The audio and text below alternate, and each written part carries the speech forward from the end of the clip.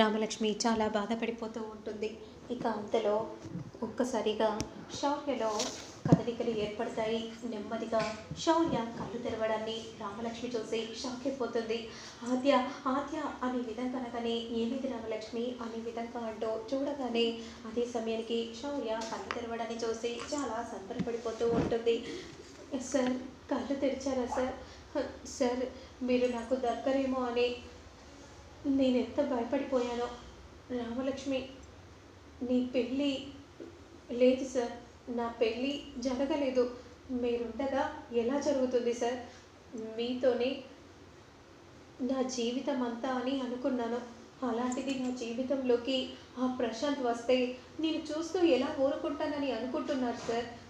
ఊరుకోను సార్ నేను అనే విధంగా అంటూ జరిగిందంతా కూడా చెప్పగానే ఒక్కసారిగా షాక్ అయిపోతాడు. ఎరా నాన్న, నన్ను క్షమించరా, నన్ను క్షమించు. చివరికి ఇదిగో మీ నాన్నని చంపాలని చూశాడు అని అనగానే ఒక్కసారిగా శౌర్య షాక్ అయిపోతాడు. ఏంటి, వాడంతా పని చేశాడా? అవునరా, కానీ బాధను నేను సహించలేక బయట పెట్టేశానురా అనే విధంగా చెప్పగానే ఒక్కసారిగా షాక్ అయిపోతాడు. సార్, మీరు ఇలాంటి నిర్ణయం తీసుకొని పెద్ద తప్పు చేశారు సార్. కాస్త మీరు ముందు వెనుక ఆలోచించి నిర్ణయం తీసుకుంటే బాగుండు కదా సార్ అని అంటూ ఉంటే ఆ క్షణంలో నాకేం అర్థం కావట్లేదు ఆద్య. నా జీవితం అంతా అయిపోయిందని అనుకున్నాను, కానీ ఇలాంటి మలుపు తిరుగుతుందని నేను ఊహించలేదు. సరే, ఇక మీకే భయం లేదు సార్, మీరు ధైర్యంగా తిరగవచ్చు సార్ అని అనగానే అంతలో శ్రీను కూడా పరిగెత్తుకుంటూ వస్తాడు. ఇప్పుడే నేను వెళ్ళి డాక్టర్ని పిలుచుకొని వస్తాను అని అంటూ డాక్టర్ని పిలుచుకొని రాగానే డాక్టర్ వెంటనే శౌర్యాన్ని చెక్ చేస్తాడు. He's perfectly all right. నిజంగా ఒక మిరాకిలే జరిగిందని అనుకోవాలి. ఇలా ఎవరికి కూడా జరగలేదు. ఈ పేషెంట్కి జరిగిందంటే తను బ్రతకాలని ఆ దేవుడు రాసి పెట్టాడేమో అని ఈ విధంగా చెప్పగానే అప్పుడు వెంటనే రామలక్ష్మి కూడా అలానే చూస్తూ ఉంటుంది. అంటే సార్, ఇక్కడ డిశ్చార్జ్ చేసి తీసుకెళ్ళిపోవచ్చు అని చెప్పగానే వెంటనే శౌర్య అందరూ కలిసి అలా శౌర్యని తీసుకెళ్తూ ఉంటారు. ఇక అదే సమయానికి అలా వెళ్తూ ఉండగా ఒక్కసారిగా ఆద్య వెనుతిరిగి చూస్తుంది. అక్కడ లవ్ యూ అని ఆ కొటేషన్ని చూసి ఆ రోజు చారు ఖచ్చితంగా ఈ హాస్పిటల్లోనే ఈ బెడ్ మీదే నాన్న పడుకొని ఉంటే చారు మాట్లాడింది. ఖచ్చితంగా ఈ హాస్పిటల్లోనే నాన్న ఉన్నారన్నమాట. అసలు ముందు ఈ రూమ్లో నాన్న ఉన్నారో లేదో తెలుసుకోవాలి అని అంటూ వెంటనే సీసీటీవీ ఫుటేజ్ దగ్గరికి వెళ్తుంది. మీరు వెంటనే కాస్త ఒక 1 వీక్ బ్యాక్ సీసీటీవీ ఫుటేజ్ చూస్తారా? ఏంటి మేడం మీరు అంటుంది? మేము అలా చూడలేము. మా నాన్న ఈ హాస్పిటల్లోనే ఉన్నారు, కానీ ఇప్పుడు కనిపించట్లేదు. లేదంటే ఈ హాస్పిటల్ పైనే కంప్లైంట్ చేయాల్సి వస్తుంది. మీ మీద కూడా కంప్లైంట్ చేస్తే మీ ఉన్న జాబ్స్ కూడా తొలగిపోతాయి. చూస్తారా లేదా చెప్పండి, నాకు ఇమీడియట్గా నాకు ఆ వీడియో క్లిప్ని చూపించండి అని అంటూ ఉంటే ఓకే మేడం చూపిస్తాము, అంతేకాని మీరు మాత్రం అలాంటి యాక్షన్ తీసుకోకండి, సరే త్వరగా చూపించండి అని చెప్పగానే వెంటనే ఆ వీడియో క్లిప్ని చూపిస్తూ ఉంటాడు. ఒక్కసారిగా ఆద్య షాక్ అయిపోతుంది. అంటే ఇన్నాళ్ళు ఈ ఆదిత్య హాస్పిటల్లోనే నాన్న ఉన్నారన్నమాట.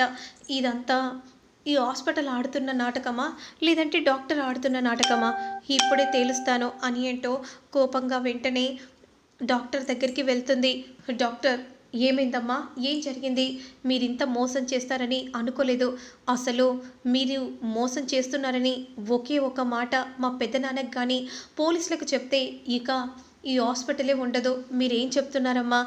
ఈ హాస్పిటల్లో మా నాన్నగారు ఉన్నారు. ఎవరమ్మా? 109లో ఉన్న పేషెంట్ గురించి మాట్లాడుతున్నాను. మీరే కదా షిఫ్ట్ చేశారు, మేము ఇక్కడికి వచ్చామని. ఏంటమ్మా, మేమెందుకు షిఫ్ట్ చేస్తాం? తనకి హెల్త్ కండిషన్ బాగాలేక జాయిన్ చేశారు, మేమే చూసుకుంటున్నాం. అతను కోమాలోకి వెళ్ళిపోయినందువలన ఇక నిన్ననే స్పృహలోకి వచ్చాడు. ఎంత చెప్తున్నా కూడా వినకుండా నేను వెళ్ళాలి అని మొండిగా వెళ్ళిపోయాడు. మేమేం చేయాలి? కావాలంటే సీసీటీవీ ఫుటేజ్ చూస్తే మీకే అర్థమవుతుంది. కానీ మీరు ఆపి ఉంటే ఆపేవారేమో. మా నర్సి ఎంత చెప్పినా కూడా వినలేదు. వెళ్ళిపోయాడమ్మా, మేమేం చేస్తాం అని అనగానే ఇక వెంటనే నాన్న ఎక్కడికి వెళ్ళిపోయాడు? ఇప్పుడు నాన్నని నేను ఎలా పట్టుకోవాలి? ఇక్కడ నాన్న లేడని తెలిస్తే ఆ చారు ప్రయత్నంలో చారు ఉంటుంది కదా, నేనేం చేయాలి అని విధంగా అనుకుంటూ ఉంటుంది. మరోవైపు చారు కంగారు పడిపోతూ ఉంటుంది. ఇప్పుడు ఎలా నాన్న? ఇప్పుడు ఆద్య వాళ్ళ నాన్న కూడా హాస్పిటల్ నుండి మిస్ అయిపోయాడు. నేను ఎలా చెప్తే అలా వినే ఆద్య ఇప్పుడు నన్ను ఎలా చూస్తుంది? అసలు నిజమేంటో అందరికీ బయట పెడితే అప్పుడు నేను ఆ ఇంట్లో ఉండలేను, ఆ ఇంట్లో నాకు చోటు ఉండదు అని చారు అంటూ ఉంటే, నువ్వేం కంగారు పడకమ్మా, ఇప్పుడే నేను రౌడీలను పిలిపిస్తాను అని అంటూ వెంటనే రౌడీలను పిలిపిస్తాడు. మీరేం చేస్తారో నాకు తెలీదు. ఇదిగో ఈ ఫోటోలో ఉన్న అతన్ని మీరు పట్టుకోవాలి. అర్థమవుతుంది కదా? ఆయన కానీ మా ఇంటికి వస్తే ఇక అంతే సంగతి. మీకే చెప్తుంది, విన్నారు కదా?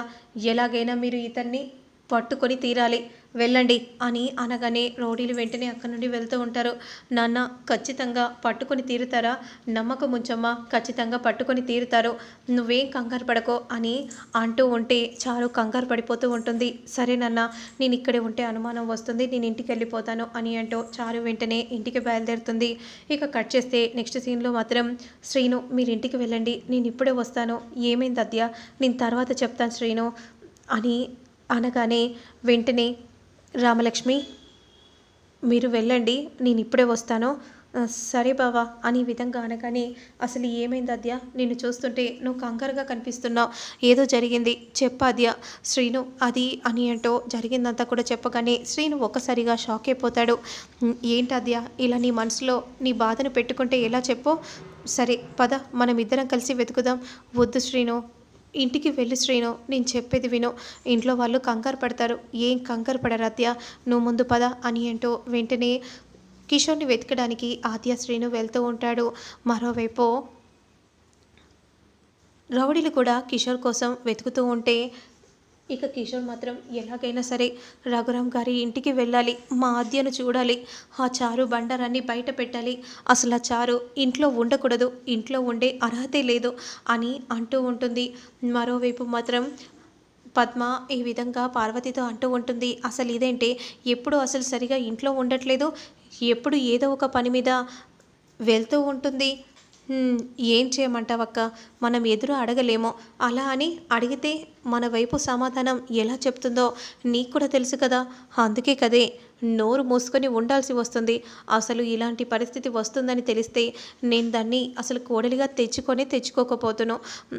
నువ్వేమో నిన్ను మహారాణిలా చూసుకుంటుంది, కాలు కింద పెట్టకుండా ఉంటుంది అని చెప్పావు. ఏంటక్క, నిన్ను అలాగే చూసుకుంది కదా పెళ్ళి కాకముందుకు?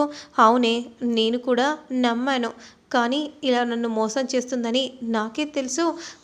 అదే ఆద్యన కోడలిగా వస్తే నన్ను ఎంత బాగా చూసుకునేది. ఏం చేద్దామక్క, నీ తలరాత అలా రాసి పెట్టుంది, అలా జరిగింది అని పార్వతి అంటూ ఉంటే అదే సమయానికి చారు ఇంట్లోకి అడుగు పెడుతుంది. ఎక్కడికి వెళ్ళొచ్చావే? మీకు అన్నీ చెప్పాల్సిన అవసరం లేదు. చూసావా అత్తయ్య అన్న అసలు పెద్దరికం ఉందా దీని దగ్గర అని అంటూ ఉంటుంది పద్మ. అది కాదే, సమాధానం చెప్తే ఏముంది, ఇప్పుడు మీకు చెప్పాల్సిన అవసరం లేదు అని అంటున్నాను అని విధంగా అంటూ కోపంగా చారు ఇంట్లోకి వెళ్తూ ఉంటుంది. చూసావా అదెంత పొగరుగా సమాధానం చెప్తుందో, అయినా దీనికి మా అన్నయ్యే కరెక్ట్ అని విధంగా మనసులో కోపంగా అనుకుంటూ ఇక పద్మ అక్కడి నుండి వెళ్తూ ఉంటుంది. మరి కిషోర్ ఎవరికి దొరుకుతాడు, అసలు ఏం జరుగుతుంది అనేది నేను మళ్ళీ నెక్స్ట్ వీడియోలో అప్లోడ్ చేస్తాను. లేట్ చేయకుండా చూస్తాను.